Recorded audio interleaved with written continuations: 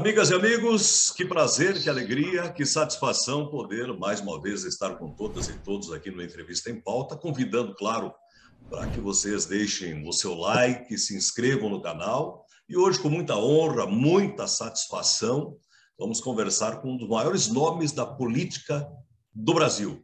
Um homem reconhecido nacionalmente, internacionalmente, uma história enorme no estado do Paraná, 3 vezes governador, senador, tem advogado, jornalista, tem uma história, sem dúvida nenhuma, que orgulha a todos os paranaenses. Dr. Roberto Requião de Melo e Silva, seja bem-vindo ao nosso programa, prazer imenso recebê-lo por aqui.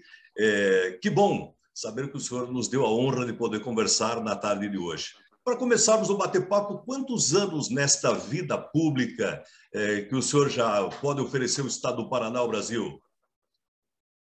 Na vida pública, eu comecei muito cedo, comecei na política universitária. Certo. E hoje, com 80 anos, eu continuo na militância. Mais do que na vida pública, eu trabalho no sentido de tentar levantar a consciência popular contra a brutal exploração que nós sofremos no Paraná e no mundo. Hoje há um predomínio absoluto do capital financeiro contra o interesse das pessoas. E para não dizer a você que estou isolado nisso, eu estou na mesma posição do Papa Francisco. Não é possível que os interesses do capital, concentrado na mão de 1% da população, comandem a vida de todos, comandem a vida do povo e, de certa forma, com salários baixíssimos, cargas horárias brutais, escravizem a população. Então, essa é a luta fundamental. O senhor, já aproveitando que o senhor acabou de falar, o senhor sempre falou muito da Carta de Puebla, preferencialmente pelos pobres. É isso que o mundo precisa, o Paraná precisa, o Brasil precisa?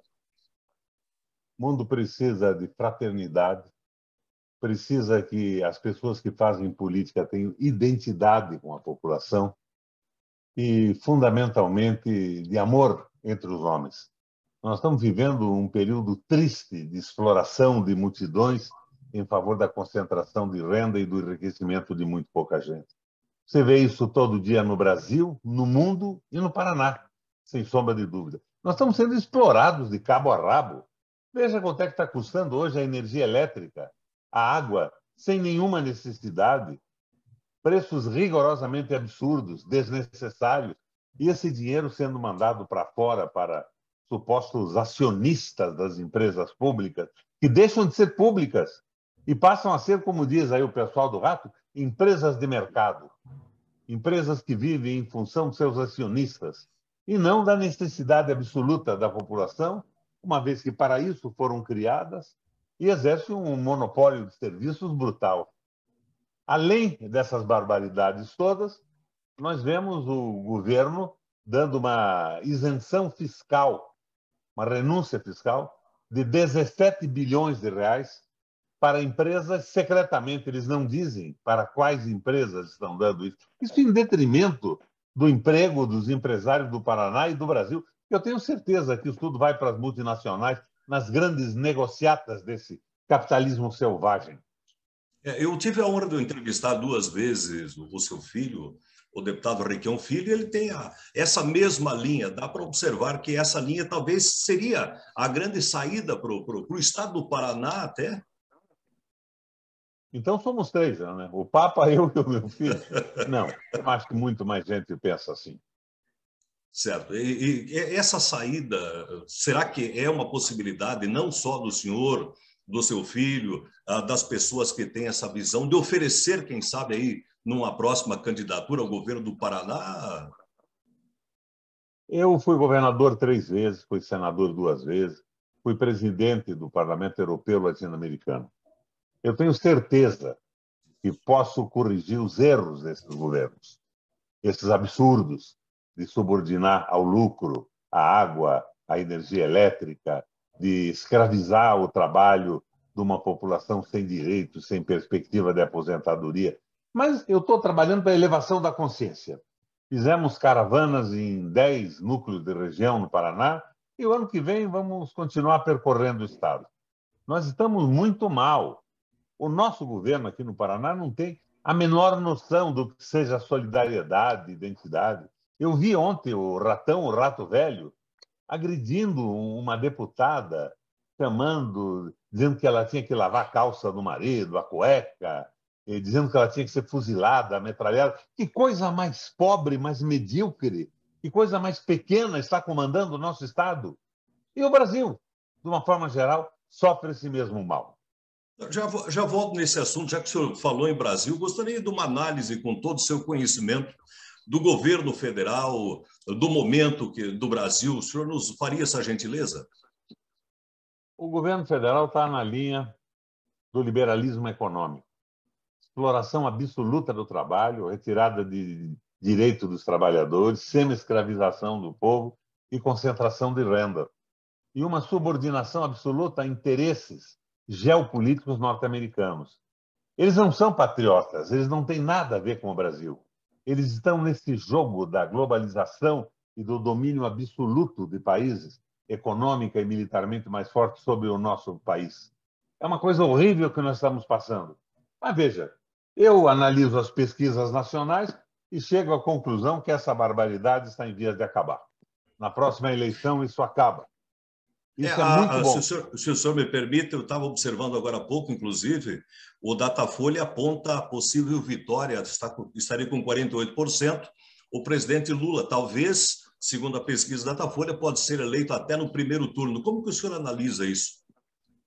Eu acho que o Lula, emotivamente, né, uma eleição num padrão emotivo, está capitalizando todos os erros do governo Bolsonaro. O Lula fez um governo com identidade com a população, com alguns erros na economia, mas, sem sombra de dúvida, o Lula tem uma visão fraterna com os mais pobres. E ele está se beneficiando disso claramente. O Lula é o virtual presidente da República. Não vejo como ele não ganha qualquer tipo de eleição no Brasil. Só se ele for assassinado ou impedido de competir. Certo. Isso, para mim, está muito claro. Certo. O Seria bom para... fracasso do liberalismo econômico e o massacre da população tem os seus efeitos. E o efeito principal é esse, a rejeição absoluta do atual governo. O Lula vencendo no primeiro turno, como aponta, inclusive, a pesquisa da Datafolha, seria bom para o Brasil, até para começar a montar um futuro governo já? Espalhar esse liberalismo econômico pelos ares é bom para o país. Agora, bom para o governo é o Lula ter um programa muito claro. Eu vejo que existe muita gente que quer ganhar de qualquer jeito, eles querem fazer qualquer aliança, o importante é ganhar uma eleição. Para mim, o importante é ter um projeto de transição sem grandes ambições, mas sem nenhuma covardia de se aliar com a direita, com a exploração e a escravização do trabalho. Isso é fundamental. E eu espero que isso se consolide no decorrer desse processo eleitoral no ano que vem. O senhor é além de ser um grande amigo do presidente Lula, com certeza ele eleito sendo vai lhe chamar para ajudar a montar aí um projeto para o país. Qual seria o ponto primordial que seria importante num virtual governo Lula ser trazido? Olha, eu não tenho essa expectativa de ser chamado para nada, mas o fundamental no Brasil é recuperar a soberania, recuperar os direitos do trabalhador que foram conquistados no mundo ocidental nas últimas décadas, quase no decorrer desses últimos 100 anos, devolver a dignidade do trabalho, viabilizar um programa de desenvolvimento econômico sustentável que preserve a natureza para nossos filhos e netos, abrir a comunicação. O problema básico hoje é que nós não temos comunicação. Estou batendo esse papo com vocês aí de Cascavel. Quantas pessoas vamos ter no ar? Com muito boa vontade, aí, umas 40, 50 mil no decorrer da exposição. A Globo entra com 45 milhões de pessoas dizendo as mentiras, tentando acabar com o Brasil, com o desenvolvimento, com o projeto de civilização nacional, e nós somos esmagados. Então, o fundamental é que o Lula garanta a soberania do país, o direito dos trabalhadores. O pessoal mais à direita, nesse processo, diz: o povo tem que comer 3 vezes por dia. Companheiro, na senzala, os senhores escravos davam alimentação para os escravos para serem explorados em boa condição física 3 vezes por dia. Tinha café da manhã, almoço e jantar. Você tem que devolver a dignidade para o trabalhador. Acesso à saúde, à educação, ao processo civilizatório, eles têm que ser protagonistas da história do nosso país. E não instrumentos para o enriquecimento de multinacionais, conforme a geopolítica interesseira desses países que não respeitam a vida e as pessoas, não respeitam a dignidade das pessoas. Isso é fundamental. Então, o fundamental não é a eleição do Lula, é um programa equilibrado, sem exageros, mas sem covardia, que atenda aos interesses da população brasileira. O senhor falou em protagonismo. Será que nesses últimos anos o Brasil perdeu um pouco do protagonismo internacional que tinha? Eu assisti ontem uma entrevista do João Manuel Cardoso de Mello no blog do Paulo Gaia. Tenta acessar, vai ver coisa genial. Nós estamos perdendo a qualidade intelectual das pessoas. Você lembra da ditadura dos militares? O Golbery do Costa Silva era um intelectual. O Geisel, fascistão, mas era um nacionalista. Hoje, o que nós temos? Gente que acredita que a Terra é plana, que contrabandeia cocaína em avião presidencial e está mandando nesse país subordinada absolutamente aos interesses econômicos de outras potências e do grande capital. Nós estamos num declínio. A nossa música tem perdido qualidade. A nossa inteligência parece que está estiolando. Nós temos que recuperar a vitalidade do Brasil e a dignidade das pessoas. Fazendo uma análise dessa que falam tanto, terceira via, que se fala em tanto, e em Sérgio Moro, o que o senhor analisa do ex-juiz aí da 13ª Vara Federal de Curitiba e agora, pelo menos em tese, candidato à presidência da República? Eu conheço bem o Sérgio. No começo, eu me entusiasmei com a Lava Jato. Depois eu vi que a Lava Jato estava claramente a serviço da destruição do projeto nacional do Brasil.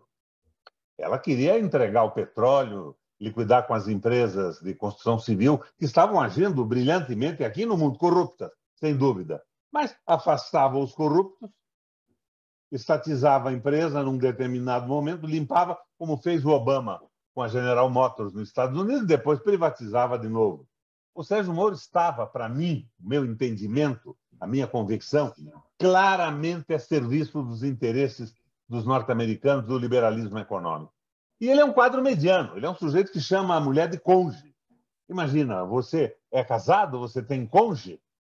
Ou você é casado e tem uma esposa? A esposa. Agora ele inventou que o Shakespeare tinha uma peça famosa de combate à corrupção, há algo de podre no reino da Dinamarca, não tem nada a ver com corrupção. O Sérgio não sabe o que está dizendo. Ele é um quadro médio, ele não é completamente imbecil, mas tem um nível de intelectualidade mediano. Ele não tem condição alguma. É um sujeito a serviço de interesses que não são brasileiros. Ele foi desmoralizado. O Supremo praticamente anulou todas as suas sentenças. Não foi uma, não foi um erro numa, foram todas, demonstrando claramente que ele não estava a serviço do direito. Embora, cá entre nós dois, algumas pessoas envolvidas na Lava Jato eram realmente criminosas, mas, de uma maneira geral, ele se aproveitou disso, dessa revolta brasileira contra a corrupção, para entregar o Brasil, massacrar os trabalhadores e o nosso povo. Esse cara devia estar afastado de qualquer coisa, não é como candidato a alguma coisa. A entrada Inclusive, nos Estados Unidos estava trabalhando para uma empresa que defendia os interesses da Odebrecht que ele liquidou. Que espécie de caráter tem esse sujeito? Não sou eu que vou dizer. Analisem aqui as pessoas que estão nos ouvindo. É interessante que o Deltan Dallagnol também acabou se tornando candidato a candidato, entrou num partido junto com o Sérgio Moro. Então, me parece que a Lava Jato tinha realmente, então, esse interesse, posto que os dois, entre aspas, mais protagonistas, hoje são candidatos a algum cargo eletivo? Era um jogo político para tentar desmoralizar a política. Mas quem é o Dallagnol? O Dallagnol comprou o projeto da Minha Casa Minha Vida, feito para operários poderem ter habitação em Ponta Grossa, para negociar e revender ganhando dinheiro. Agora, o Tribunal de Contas da União determina que eles devolvam 1,5 milhão de diárias ilegalmente havidas naquele processo da Lava Jato. É uma molecagem total isso. eu confesso que no início me impressionaram positivamente. À medida que eu fui vendo e conhecendo e reconhecendo o que faziam, eu vi que eles eram inimigos do Brasil, não eram inimigos da corrupção. Tanto que o Moro vai ser ministro do... Como é o nome desse presidente da República aí? O Do Bolsonaro? Bolsonaro. Do Bolsonaro. Não é possível que ele possa ter aceitado, protegendo as bandidagens dos filhos do Bolsonaro. Então, tudo isso é uma farsa. E essa farsa tem que acabar no país mais dia menos dia. Certo. Existe realmente, a gente ouve outros nomes aí aparecendo, Ciro Gomes e outros tantos que falam numa terceira via. Ela realmente existe ou não hoje no Brasil? Não. A eleição brasileira é emocional. Ela não é uma eleição intelectualmente decidida. E tem sido assim nas últimas eleições. O fracasso de governos levanta grupos antagônicos. E o pessoal está com o Lula hoje sem saber bem o que o Lula pode fazer para consertar o caos que nós estamos vivendo. Ele acertou em algumas coisas, tinha sensibilidade política muito grande, mas errou muito na economia. E eu, no Senado, na tribuna, fui um crítico dos governos do PT. E fiquei horrorizado com o governo da Dilma, que foi um governo feito com Joaquim Levy, Nelson Barbosa e quem mais? Joaquim Levy, Nelson Barbosa e pessoas completamente vinculadas aos interesses do capital, sem nenhuma ligação ou preocupação com o Brasil. Então, esse é o problema. Agora, eu aprecio, por exemplo, as críticas que o Ciro faz quando ele discute economia. Acho que ele pisa na bola muitas vezes, quando ele fala em equilíbrio do mercado. Isso é o jogo da direitíssima para não deixar o Brasil crescer, quando ele fala em capitalização da Previdência Social. Mas a discussão dele é positiva. Negativo é a crítica a todos os políticos e a criminalização absoluta do PT por parte dele, o que não é uma verdade. É uma besteira monumental feita por marqueteiros eleitorais. Mas presta um serviço quando discute a política, certo, econômica principalmente. Voltando ao estado... É o que eu acho. Claro, sem problema.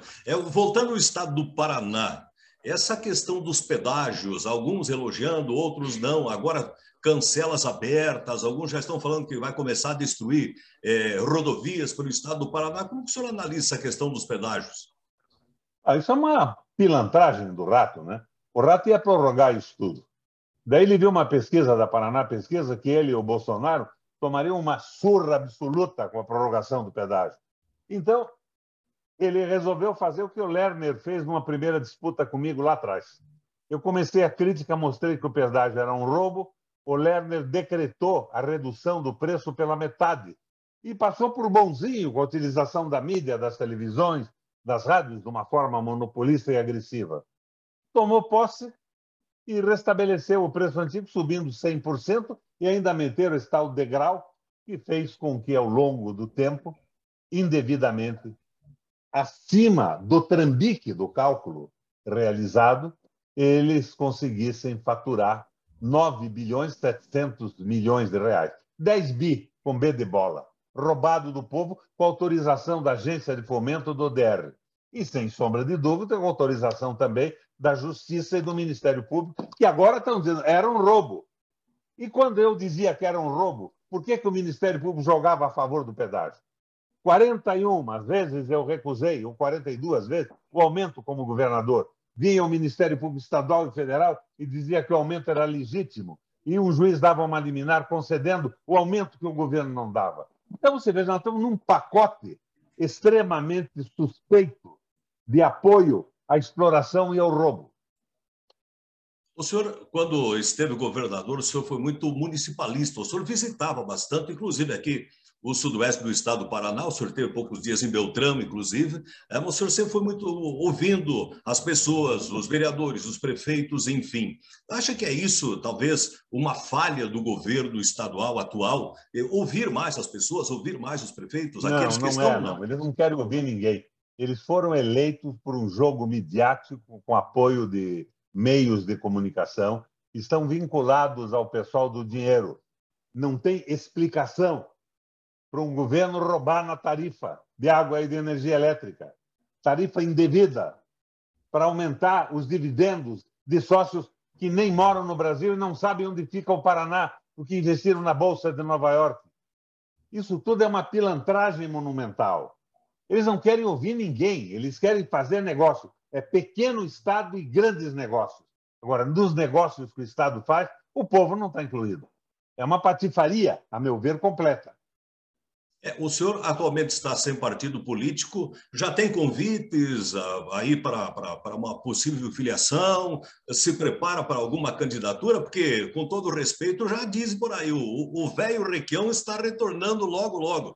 É o pai do Requião Filho. E existe essa possibilidade mesmo? Aqueles que tanto gostam do senhor, da sua administração? Eu tenho conhecimento e experiência suficiente para corrigir os erros desses governos.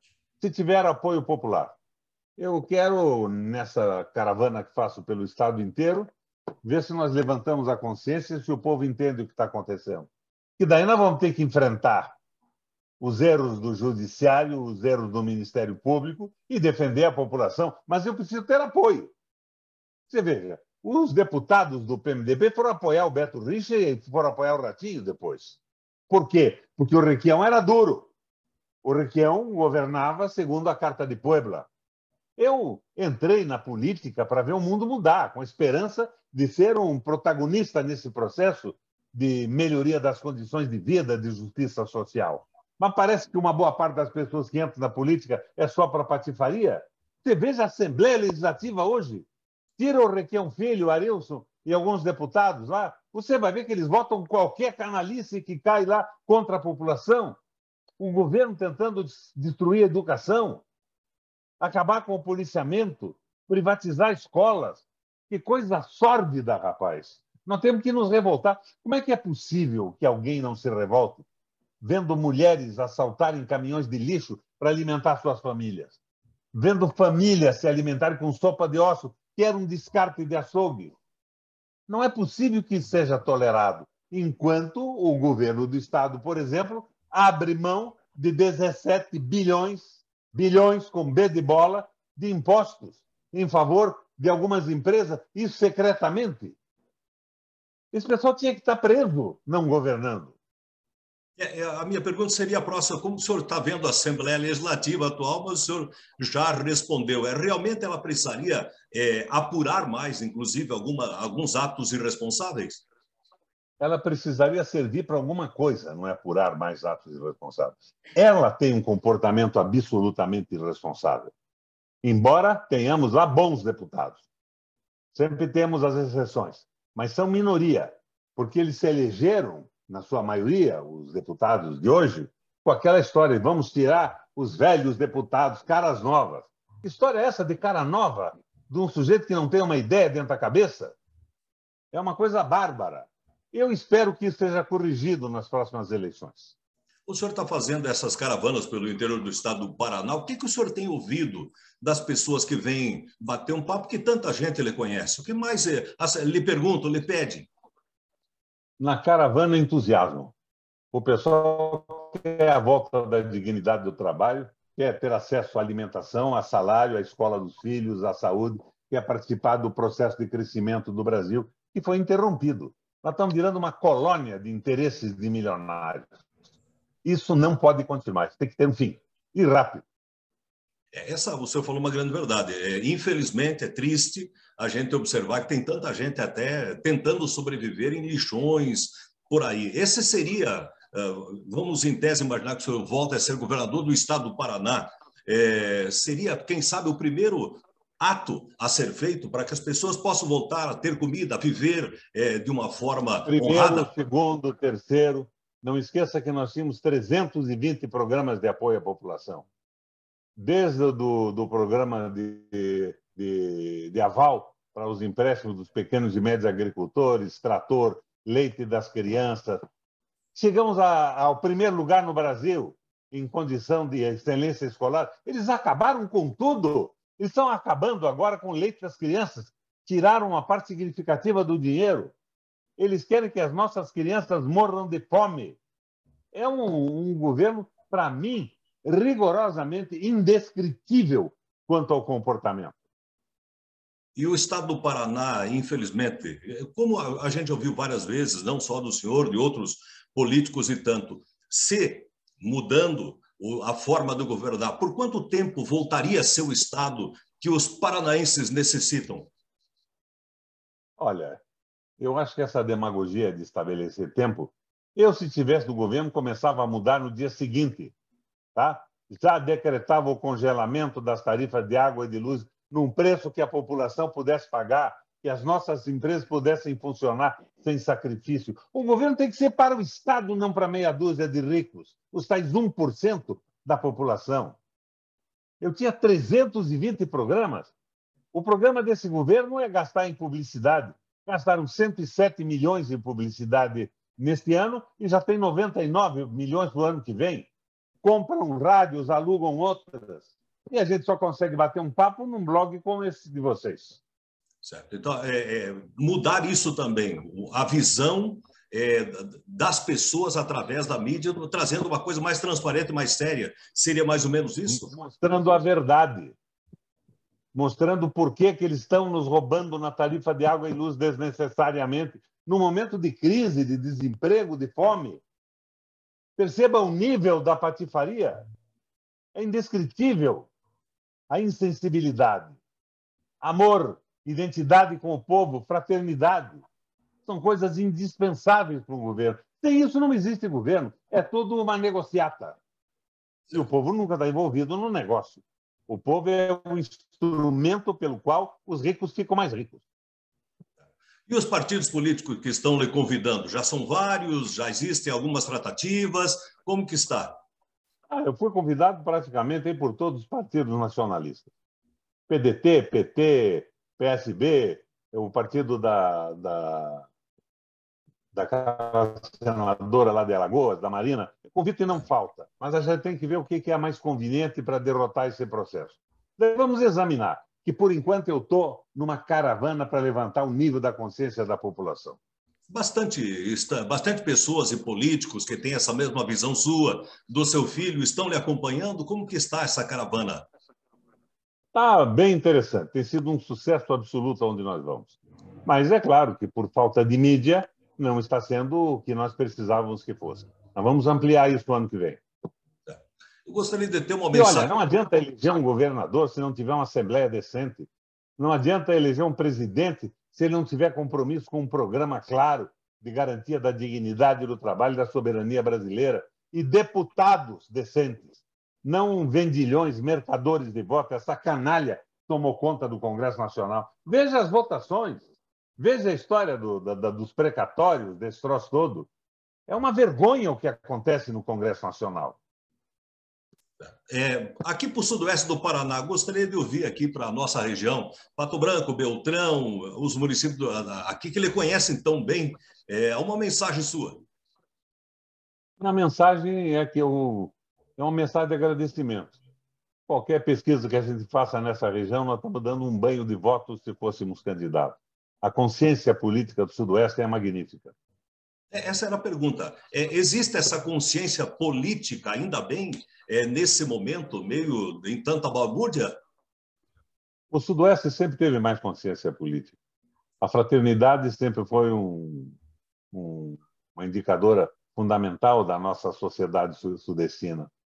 As cooperativas surgiram aí, as escolas, antes do Estado organizar escolas, esta visão solidária é muito consistente no Sudoeste do Paraná. É uma região na qual me dá satisfação, me dá prazer fazer política no Sudoeste. E como que se sente o pai e também político vendo esse menino, Requião Filho, com o mesmo brio, a mesma coragem que o senhor sempre professou político pelo Estado do Paraná? Como o senhor se sente? Orgulho, satisfação e orgulho. Enfim, o meu filho segue esse viés político pelo qual eu optei, fazendo questão absoluta de não ser mais um picareta, de fazer as coisas com decência em favor da população e joga com clareza absoluta. Me causa orgulho e satisfação, sem dúvida alguma. Olha, gostaria de agradecer a sua gentileza, numa tarde, ouvir a gente e deixar aí os microfones abertos para que o senhor possa fazer uma mensagem para o Estado do Paraná, para o Brasil, para todos aqueles que nos dão a honra, a satisfação da companhia. Minha gente, eu quero recomendar de novo a live do João Manuel Cardoso de Mello, no blog do Paulo Gaia, junto com o Beluso. Ele faz uma análise de porquê da decadência do Brasil. Você veja, os militares do golpe militar lá atrás eram pessoas de peso. O Golbery é um intelectual. Eu não estou concordando com ele, mas era um sujeito ilustrado. O Geisel era um nacionalista, embora meio fascistoide. Agora eles são bobões, eles estão aí dizendo que a Terra é plana. Eles pedem para o povo não tomar vacina para morrer de Covid. Minha gente, que decadência! Vamos dar uma volta por cima e reverter isso aí. Chega de ratinho. O ratinho pequenininho é um camundongo. Ele cresce e vira um rato. Quando fica velho, é uma ratazana. Vocês vejam as asneiras que o rato comunicador, que é um baita comunicador popular, tem esse dom. Disse ontem para a Natália Bonavides que ela fosse lavar a cueca do marido. Falta de compostura, de decência, de humanidade. Esta gente está desgraçando o Paraná. E nós temos que reverter isso nas próximas eleições. Agradeço a vocês o espaço, a oportunidade e dou um abração a todos os meus amigos do sudoeste do Paraná e, fundamentalmente, dessa cidade belíssima que é Pato Branco. A nossa Pato Branco. Muito obrigado, uma boa tarde, muito obrigado para o senhor. Tchau, tchau. Valeu, companheiro. Um abraço. Tchau, tchau.